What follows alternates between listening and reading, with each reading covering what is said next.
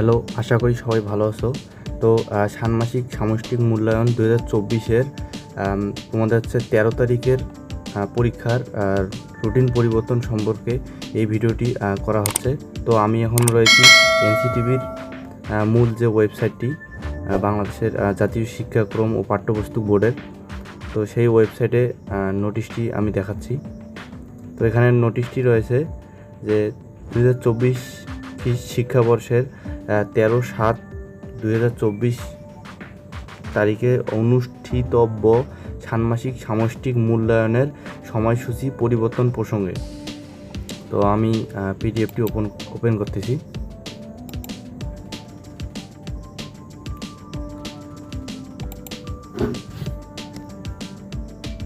তো এখানে পিডিএফটি দেখতে পাচ্ছ যে জাতীয় শিক্ষাক্রম ও পাঠ্যপুস্তক বোর্ড। তো পিডিএফের প্রথমে বলা হয়েছে যে 2024 শিক্ষাবর্ষের ষষ্ঠ থেকে নবম শ্রেণীর জন্য ষান্মাসিক সামষ্টিক মূল্যায়নের সময়সূচি ইতিমধ্যে প্রেরণ করা হয়েছে।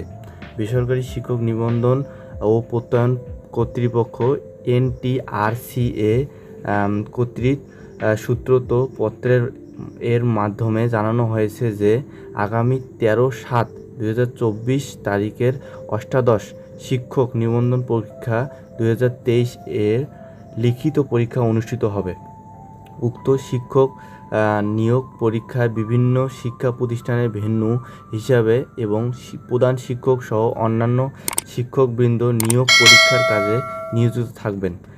NTRCA ওই দিনের অনুষ্ঠিতব্য বিভিন্ন শ্রেণীর ষান্মাসিক সামষ্টিক মূল্যায়ন কার্যক্রমের সময়সূচি পরিবর্তনের অনুরোধ করেছেন।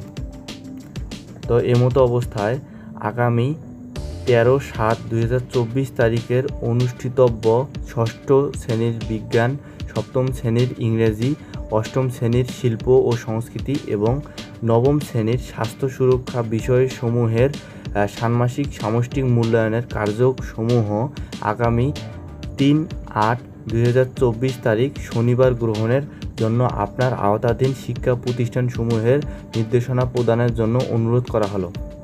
তার মানে এটা বোঝা যাচ্ছে যে আগামী 13/7/2024 সালের যে ষষ্ঠ, সপ্তম, অষ্টম এবং নবম শ্রেণীর যে পরীক্ষাগুলো অনুষ্ঠিত হওয়ার কথা ছিল, তো শিক্ষক নিবন্ধন পরীক্ষার কারণে সেটি 3/8/2024 সাল শনিবার অনুষ্ঠিত হবে।